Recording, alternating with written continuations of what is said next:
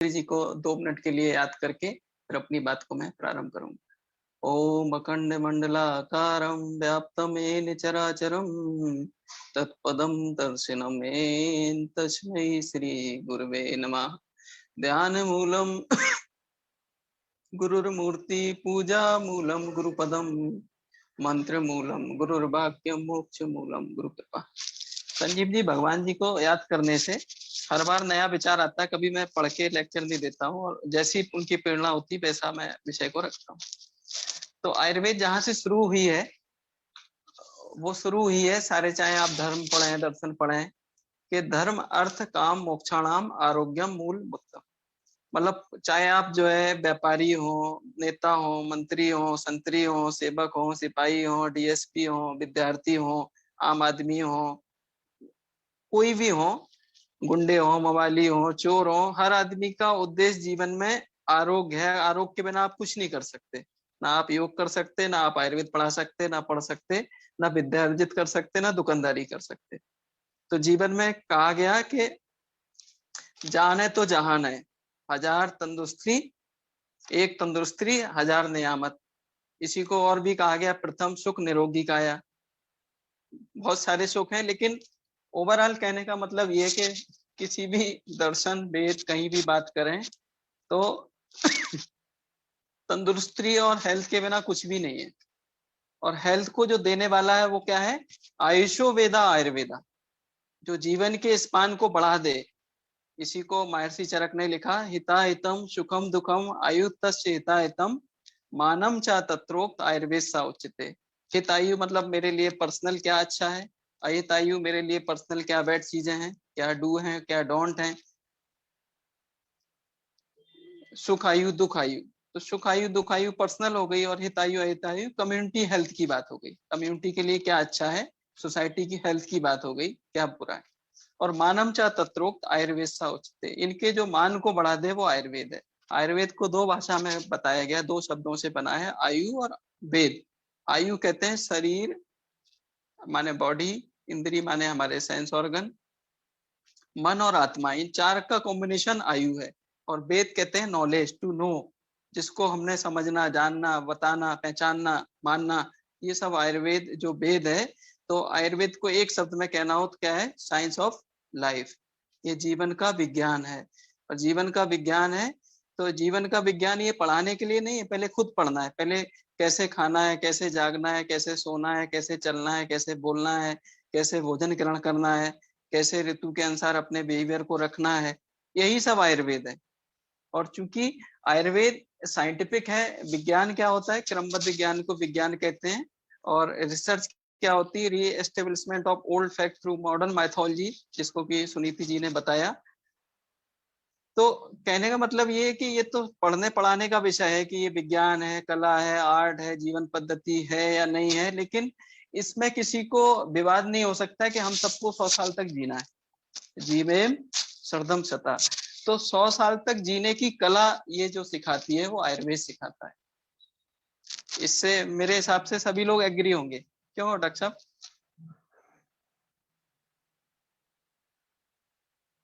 जी doctor साहब। हाँ, तो जो आयुर्वेद जो है समकालीन महर्षि पतंजलि उस समय योगा के प्रवर्तक रहे, आयुर्वेद के चरक जो है आयुर्वेद के प्रवर्तक रहे। तो ये ब्रह्मा से शुरू हुआ, हेतुलिंग औषध ज्ञानम स्वस्थ आतुर प्राणायाम त्रिसूत्रम शास्त्रम पुण्यम भूबुदो एवं पितामह, यहाँ से लेके अश्विनी कुमार, दक्ष प्रजापति, भारद्वाज से होते हुए लोक परंपरा में आया। और जो सूत्र रूप में था आयुर्वेद, उसको यहाँ के महर्षियों ने ध्यान के द्वारा अपने अंदर आत्मसात करके उसको एलेबोरेट कर दिया, वो चरक के रूप में आ गया। तो जहाँ चरक जो है आयुर्वेद के प्रणेता हैं, वहीं पतंजलि योग के प्रणेता हैं। चरक भी अष्टांग आयुर्वेद को बताते हैं और महर्षि पतंजलि भी अष्टांग योग को बताते हैं। कई लोग कहते हैं वो एक ही व्यक्ति है, ये अलग विषय हो गया, रिसर्च का विषय। लेकिन इसमें कोई विवाद नहीं कि आयुर्वेद शरीर के लिए है और योगा मन के लिए। तो योगा जो है जिम नहीं है, योगा व्यायाम नहीं है, योगा इन सब से ऊपर है। इसीलिए महर्षि ने एक सीक्वेंस दिया, एक प्रोटोकॉल दिया कि एम से लेके अपने मानसिक रूप से करिए, शारीरिक रूप से अपने जीवन को व्यवस्थित करिए, फिर आसन के द्वारा शरीर को स्थिर करिए, शरीर पे कंट्रोल करिए, फिर मन पे नियंत्रण करिए, फिर प्राणायाम के द्वारा अपनी सांसों पे नियंत्रण करिए, फिर सांसों से ही मन पे कंट्रोल होगा। इसी को आयुर्वेद में लिखा नियंता प्रणेता चा मानसा। तो जो ये आयुर्वेद है, आयुर्वेद एक जीवन की पद्धति है, इसको पढ़ना पढ़ाना नहीं है, इसको समझ लेना है और अपने जीवन में अपना आइकॉन बनना है। आप अपने ब्रांड एम्बेसडर खुद हैं। संजीव जी को देख के किसी को कहना नहीं पड़ता ये योगी है। इनको जो है देख के लोग पूछते हैं भाई साहब आपका समय कैसे मिलेगा, कैसे अच्छी बॉडी बनाए। तो we are our own brand ambassador for healthy life. तो लव योर लाइफ, अपने जीवन को प्यार करिए, जीवन को, और अपने जीवन में माइंड में पॉजिटिवनेस रखिए कि हमने 100 साल तक जीना है, इससे पहले 1 मिनट पहले भी मैं नहीं मरूंगा, ना मरने दूंगा दूसरों को। जीवन का उद्देश्य क्या है कि मैं 100 साल तक शरीर को भोगूंगा, शरीर मुझे नहीं भोगेगा। मैं स्वस्थ रह के धर्म अर्थ काम मोक्ष सारे जीवन के पुरुषार्थ करूंगा। लेकिन कब करोगे? जब आरोग्य आएगा। और ये आरोग्य कहाँ से आएगा? ये आयुर्वेद से आएगा, क्योंकि आयुर्वेद क्या है? एक जीवन पद्धति है। ये दवाई देना नहीं है, जो जैसा कि सुनीति जी ने बताया कि व्हाट्सएप यूनिवर्सिटी नहीं है। आयुर्वेद जो है ब्रह्मा जी से अवतरित हुआ है। तो अभी बहुत सारी बातें हैं, मैं जो है बहुत सूक्ष्म रूप से आपको अभी बता रहा हूँ। हमारे यहाँ कहा गया आयुर्वेद का प्रयोजन क्या है क्यों आया ये धरती पे? प्रयोजनम चास्य स्वस्थ स्वास्थ्य रक्षणम आतुरस्य विकार प्रशमनम चा, अर्थात स्वस्थ व्यक्ति के स्वास्थ्य की रक्षा करना, प्रिवेंटिव एस्पेक्ट ऑफ लाइफ, ये आयुर्वेद का असली पर्पज है। आयुर्वेद का पर्पज दवाई बांटना नहीं है, जड़ी बूटी जो है देना नहीं है। आयुर्वेद का पर्पज क्या है? Preventive aspect. हाँ, अगर आप नहीं मानते हो, आप प्रज्ञा अपराध करते हो, तो आप बीमार हो जाते हो, तो आपको फिर दवाई लेनी पड़ेगी, वैद्य की शरण में जाना पड़ेगा। फिर जो है ये आयुर्वेद जो है एक मौलिक सिद्धांत क्या है इसके? तो मौलिक सिद्धांत में ये आते हैं, दोष धातु मलम मूलम ही शरीरम, यानी कि शरीर में दोष हैं, धातुएं हैं, मल हैं, और इनसे ही शरीर बना है। फिर बात आती है कि दोष धातु तो बाद में आएगा। फिर चरक ने लिखा है कि सर्व द्रव्यम इति पांच भौतिकम, सारे द्रव्य जो भी है पांच भौतिक हैं। तो पंच महाभूत क्या है और दोष क्या है, और इनको दोष क्यों कहते हैं? दोष तो बुरे होते हैं। तो क्या ये बुरे होते हैं हमारे लिए? ये मन में विचार स्वाभाविक रूप से आता है। तो आप सभी लोग भगवान का नाम सुने होंगे, और भगवान को सब किसी ना किसी रूप में याद करते हैं। तो भगवान का जो भा है उससे भूमि, बा से वायु, आके डंडे से अनल अग्नि, नीर, नीर कहते हैं जल को। तो आकाश, भा से भूमि, गा से गगन, आ से अनिल माने अग्नि, वा से वायु, और ना से नीर। ये पंच महाभूत हैं, जिसी को कहा है क्षितिजल पावक गगन समीरा। इनसे सारी दुनिया में ये एटॉमिक, आप समझते रहो, आपको समझना है, आप अपने ज्ञान को बढ़ाते रहो। लेकिन हमारा दर्शन क्या कहता है कि सर्व द्रव्यम इति पांच भौतिकम, इन्हीं पांच से बना है। लेकिन आकाश चूंकि बहुत बड़ा है और पृथ्वी बहुत बड़ी है, जो बड़े लोग होते हैं वो किसी को डिस्टर्ब नहीं करते हैं, ना होते हैं, है ना। अब बड़े लोग हैं, अब मोदी जी को लोग छेड़ते रहे तो कौन डिस्टर्ब होता? नहीं होते, वो तो अपने अच्छे काम करते रहते हैं। तो अच्छे लोग जो है, बड़े लोग डिस्टर्ब नहीं होते, तो उनको हम डिस्कशन में नहीं लाते हैं। और डिस्कशन में किसको लाते हैं? जो डिस्टर्ब करते हैं, उनको कंट्रोल करने के लिए। तो इसीलिए चरक ने इन सबको छोड़ दिया और 3 चीजें बची। क्या बचा? वात, पित्त और कफ। ये प्रतिनिधि हैं। वैसे तो ये धातु भी हैं, वैसे ये दोष हैं, और वैसे मल भी हैं। जब ये शरीर को धारण करते हैं धातु हैं, जब शरीर में ये प्रज्ञा अपराध के द्वारा डिस्टर्ब हो जाते हैं तो दोष हैं, और जब ये दोष जब जो है अति हो जाती है तो मल है। डायबिटीज में क्या होता है? ज्यादा मूत्र भी तो निकलता है, ज्यादा शुगर बनता है। तो मल मूत्र और इन सब का जो है कंट्रोल करना है, यही स्वास्थ्य है। स्वास्थ्य क्या है? महर्षि सुश्रुत कहते हैं, शम दोषाः शम अग्नि शम धातु मल क्रिया प्रसन्न आत्मेंद्री मना स्वस्थ इत्तवि धीयते। इसमें सारा दर्शन आ जाता है, आयुर्वेद के सारे कंसेप्ट आ जाते हैं, मौलिक सिद्धांत इसी श्लोक में पूरा हो जाता है। इस पे आप घंटों बोल सकते हैं। शम दोषा, आपके दोष वात पित्त कब सम रहे हैं। सम अग्नि, 13 प्रकार की अग्नि होती है, जठराग्नि, भूताग्नि, साधाताग्निया, 5 भूताग्निया। शम दोषा शम अग्नि सम धातु मल क्रिया, 7 प्रकार की धातुएं। धातुएं कौन कौन सी होती हैं।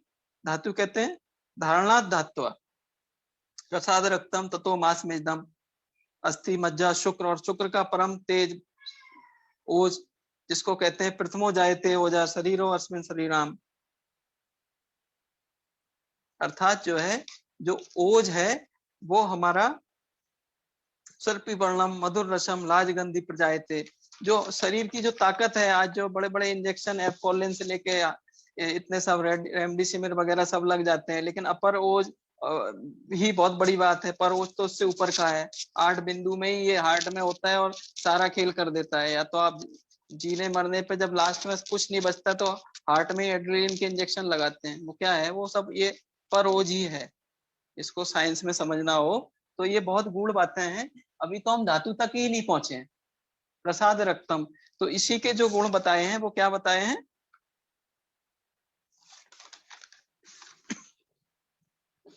पीड़नम जीवनम, सॉरी, लेपा स्नेहो धारण पूर्णे, गर्भोत्पाद कर्माणी धातु नाम सीवण। पीड़नम, रस धातु का काम है पीड़न देना। आप खाना खाते हो तुरंत अच्छा लगता है, राहत मिलती है, फ्रूटी पीते ही जो है सुकून आता है कि नहीं आता है। तो जो है पीड़नम जीवनम, रक्त का काम है जीवन देना। अभी जो है चोट लग जाए, खून निकल जाए तो आपका जीवन चला ही जाता है, एक झटके में बेहोशी आ जाती है, मूर्छा आ जाती है। लेपा, मसल्स का काम, मांस का काम लेपन करना है। मज्जा का काम स्नेहन करना है, धारण करना है, अस्थियों का पूर्ण करना है। गर्भोत्पाद, संतति को चलाना, ये धातुओं के काम। तो सम दोषा सम अग्नि सम धातु मल क्रिया। मल कहते हैं मलनाथ मरा, जो शरीर को मलिन करे। जो मेटाबॉलिज्म के बाई प्रोडक्ट हैं वो मल हैं, जैसे कि स्टूल है, यूरिन है, आपकी स्वेटिंग है, ये मल है। कुछ और भी उपमल होते हैं, जैसे कि हेयर वगैरह, ये सब जो है उपधातुओं के रूप में आते हैं। तो शरीर के दोषों को, शरीर की अग्नि को, शरीर के मलों को बैलेंस रखना, ये आयुर्वेद का ये पहला प्रयोजन है। इसी को कहा गया है प्रयोजनम चास स्वस्थस्य स्वास्थ्य रक्षणम। तो फिर क्या है कि बीमारी क्या है। बीमारी को आयुर्वेद में बड़े सुंदर शब्दों में कहा है, रोगस्तु दोष वैषम्यम दोष साम्य आरोग्यता सुख संगकम आरोग्यम विकारो दुख में ओछा। अर्थात रोगों को, जो दोषों का वैषम्य हो गया, बात पित्त का डिस्टर्ब हो गए, धातुएं डिस्टर्ब हो गई, ये रोग है। और धातुएं अगर बैलेंस है, दोष बैलेंस है, तो ये आरोग्य है। और आरोग्य हमेशा सुख देता है, और सुख से प्रसन्नता मिलती है, दूसरे भी खुश रहते हैं, खुद भी खुश रहते हैं। और विकारो दुख में ओछा, और विकार रोग है, रोग का नाम रोजा रोग बोलते हैं। और इसी को अंग्रेजी में कहते हैं डिजीज। अंग्रेजी में सुन के बड़ी फीलिंग अच्छी सी आ जाती है, क्यों संजीव जी, है ना। जैसे पिताजी को अगर पापा कहें तो अच्छी सी फीलिंग आ जाती है कि हम बड़े पढ़े लिखे कल्चर्ड और पता नहीं क्या क्या हो गए। भाई साहब डिजीज कह रहे कुछ नहीं है, हैं डिजीज अब माने क्या है, डिस और ईज, आराम, बे मतलब बिना, डिस माने बिना, और ईच माने आराम, आराम से रहे तो जाओ, वही डिजीज है। और स्वास्थ्य क्या है, स्वावस्था, जो हमारा स्वावस्था क्या है कि 100 साल तक भगवान ने आपको गड्डी दी है चलाने के लिए, तो इसको मेंटेन होना चाहिए। इसको एक प्रोटोकॉल, हर गाड़ी खरीदते हो तो आपको मैनुअल मिलता है, क्या मिलता है, मैनुअल। उस मैनुअल पे जो है आप काम करते हो कि इसमें इतने पे सर्विसिंग करानी, इतने पे पंचकर्म कराना है, इतने पे आपने जो है इस दिनचर्या में इस मौसम में ये चलाना है। ये ऑटो कंट्रोल बॉडी दी है भगवान ने आपको। भगवान को शुक्रगुजार होना चाहिए कि कैसी बॉडी दी है। ये टोटली एलेक्जा बेस गाड़ी है, ये ऑटोमेटिक है, इसमें जो है गियर नहीं डालने, ऑटोमेटिक डालते हैं। लेकिन आपका माइंड जो है सोच से सब होता है। आपने कभी देखा, कभी अगर मन में थोड़ी सी तकलीफ हो जाए, दुख हो जाए, घर में कोई गुजर जाए, कोई नुकसान हो जाए, तो कैसे शरीर में खाना भी नहीं खाया जाता, मल मूत्र से लेके कोई चीज नहीं होती है ना। और जब जब जब दिल खुश होता है, शादी ब्याह होता है, तो जो है एक की जगह 10 पूड़ी खा जाते हैं, 4 रसगुल्ले, गाजर का हलवा, ऊपर से आइसक्रीम, सब खा जाते हैं। तो कहने का मतलब ये शरीर का मालिक कौन है, हमारे यहाँ कहते हैं मम एव अंशो जीव लोके जीव भूता सनातना, गीता में भगवान कहते हैं ईश्वर अंश जीव अविनाशी। और हमारे यहाँ कहते हैं निर्विकारा, आयुर्वेद में कहते हैं चरक, निर्विकारा परस्तात्मा सत्यभूत गुणेन्द्रिया चैतन्यम कारणम नित्यो दिष्टा पश्यन्ति ही क्रिया। अर्थात आत्मा परमात्मा तो ये आपके समझने के लिए है, समझे समझाने और पढ़ाने के लिए। ना आत्मा अलग है ना परमात्मा अलग है, बस मजबूरी है कि हम मंदिर मस्जिद गुरुद्वारों में देख रहे हैं, प्लीज माफ करें सब, वहां भी देखेंगे तो भगवान आपकी भावना से प्रकट हो जाएंगे। लेकिन अगर आप अंदर देखोगे तो अंदर भी मंदिर दिखेगा, अंदर भी गुरुद्वारा दिखेगा, अंदर भी दिखेगा। इसी को कबीरदास जी ने कहा कि माला फेरत जुग भया, मिटा ना मन का फेर। तो मन का फेर यानी कि इसी को चरक ने कहा नयनता प्रणेता चा मानसा। तो आयुर्वेद और योग और जिम में बस यही अंतर है कि ये जीवन पद्धति है, ये लाइफ स्टाइल है। और मेरे हिसाब से कहने सुनने के लिए बहुत सारी बातें हैं और घंटों गुजार सकते हैं। और इसमें जो है सारंगधर ने कहा कि हृदय प्राणे गुदा पाने समानो नाभि संस्था उदाना कंदे सस्य व्याना सर्व शरीर का। 5 प्रकार की वायुओं पर नियंत्रण करना, अपने पाचक पित्त बोधक पित्त तर्पक ये सब जो है कप्पों पे नियंत्रण करना, धातुओं पे नियंत्रण करना। तो आयुर्वेद का बहुत वाइड स्पेक्ट्रम है, वाइड स्कोप है। लेकिन ओवरऑल ये है कि विभिन्न प्रकार की दिनचर्या, ऋतुचर्या, रात्रिचर्या, डू डॉन, और एक तरह से ये लाइफ का एक प्रोटोकॉल, एक मैनुअल है आयुर्वेद। आज आपको ब्रीफ में बता रहा हूँ, कभी डिटेल में संजीव जी मौका देंगे तो आपको डिटेल में सब्जेक्टिव में जरूर बता सर, दूंगा, जरूर, विद माय है ना। प्लेजर। बहुत खुशी हाँ, की बात होगी। तो कहने का मतलब ये कि लाइफ का मैनुअल है, पहले अपनी प्रकृति को समझो। हमारे यहाँ सिंपल से बताए हैं फंडामेंटल, कुछ चलते चलते टिप्स दे रहा हूँ कि पहले प्रकृति को जानो। प्रकृति के आपकी सात्विक प्रकृति क्या है, मानसिक प्रकृति क्या है, शारीरिक प्रकृति क्या है, और अपनी प्रकृति के प्रतिकूल आहार विहार औषधि का सेवन करो। आप ध्यान करिए मैं क्या कह रहा हूँ। अब know your temperament, body temperament, mental temperament and behave against the body temperament.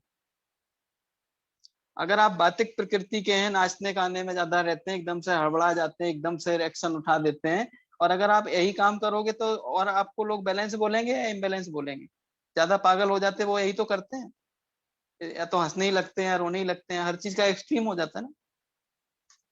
अगर आप पित्तज व्यक्ति हैं, अकाल प्यालते बाप तो धीमान से दीचा रोसना, स्वप्ने से जातिवाम जिष्टा पित्त प्रकृति को नरा, गंभीर बुद्धि स्थूलांग स्निग्ध केशो महाबला, स्वप्ने से जलाशय लोकी श्लेष प्रकृति को नरा।